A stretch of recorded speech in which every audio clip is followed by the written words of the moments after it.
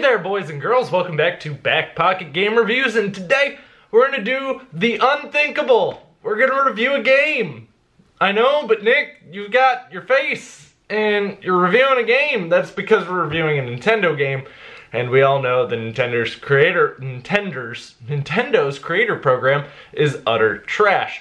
So we're going to review Mario Party here. Super Mario Party, I'm sorry, for the Switch.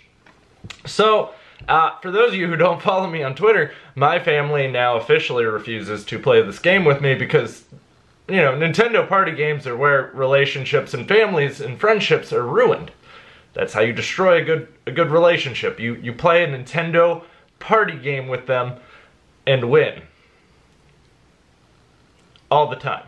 So, the first game we played, the computer one. The second game we played was all four of us, and I had 6 stars, my wife had 2, and both my kids had 1. I really like Nintendo party games, and I've been playing them for a very long time, so I should be at least relatively good at them. I won't say I'm phenomenal, but I'm decent. So, Super Mario Party is a game that I was very unsure about because, let's be honest here, we've had some bad Mario parties over the years, especially when you look at like the 3DS Mario Party Island Tour. It's not that it was terrible, it just wasn't as good as prior Mario parties.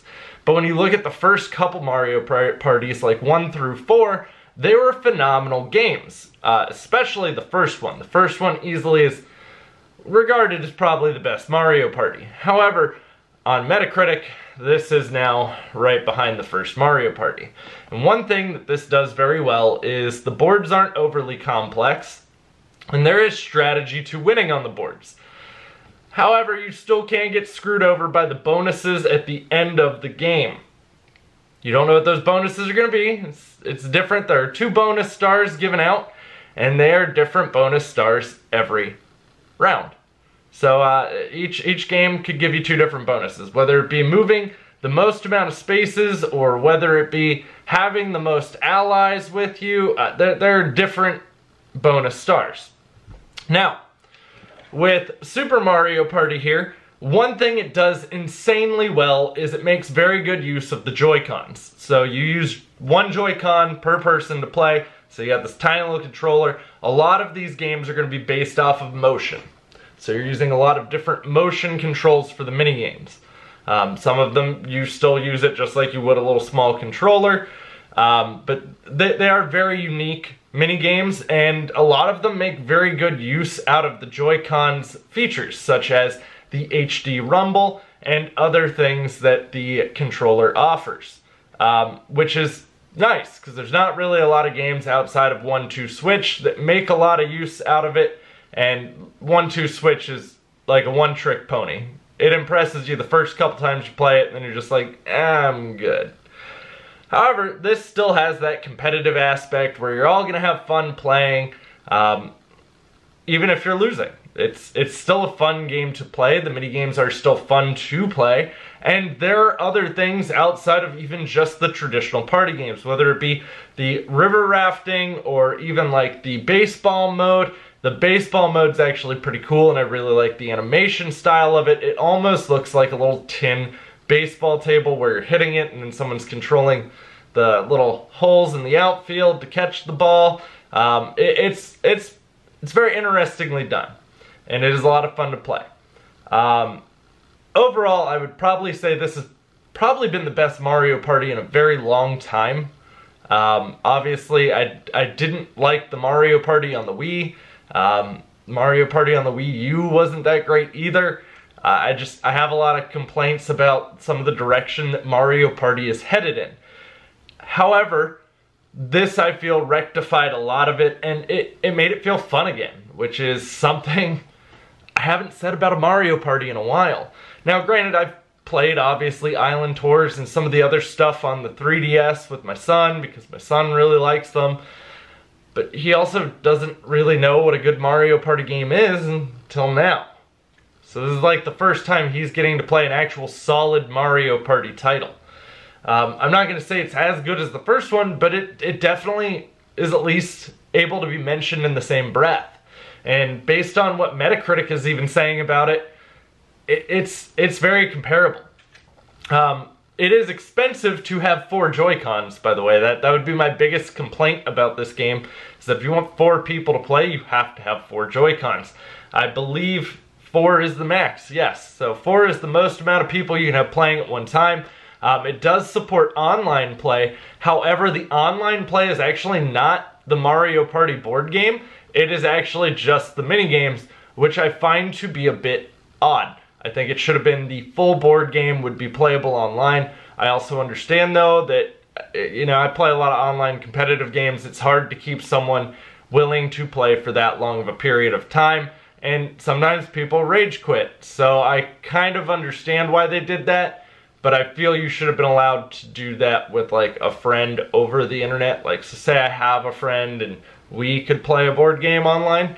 But I guess you can't enable it for this if you can't let everyone do it, I suppose. But overall, the minigames are very well done. The boards are very intriguing, to say the least. They're very simplified.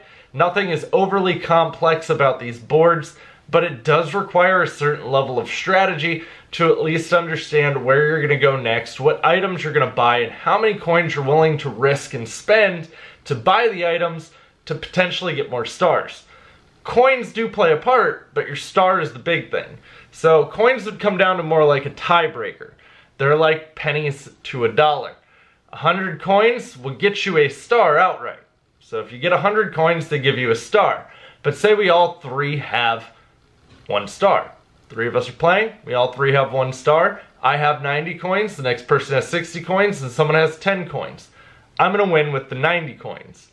So, as I said, they're more like pennies to the dollar. The star is the dollar. Which, again, it does make it a little more interesting. Obviously, there are different items on the board you can buy, like the super mushroom, the regular mushroom, the warp tunnel. Warp tunnel is the OP item. That is the item you do want to buy if you have the extra coin.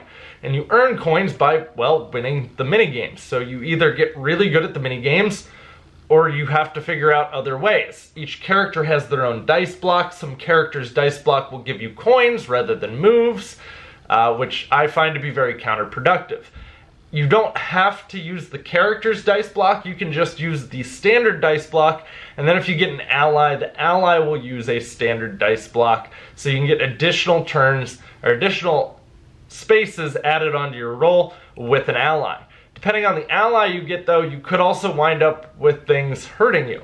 So for example, if I have Boo, Boo might be able to roll a -1 on his roll.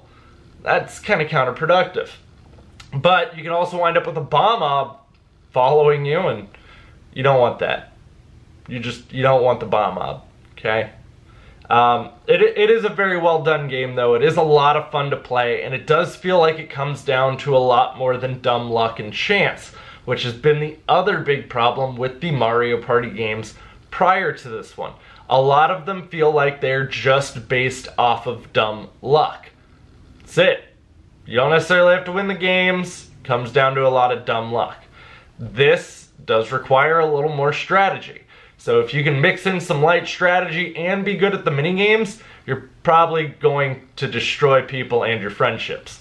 So I would strongly recommend this. If you picked up a Switch, I would probably say this is one of those must-play games on the Switch. Obviously, there are some great games on the Switch. It doesn't have the biggest library of incredible games right now, but it's also still relatively new and early into its life cycle.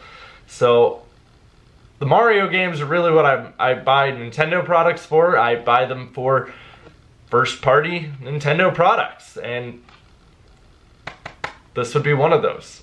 I'm just really happy that it didn't let me down and didn't disappoint me in the ways I was afraid it would. So, again, this is a great game. I would strongly recommend you to check it out. Maybe play it with a friend. See if you can buy it. Destroy your friendships. You know, that kind of stuff. Mario Party and Super Smash Bros. Were always those games me and my friends used to like to play while we were drinking. So, at least I'm still good at them sober.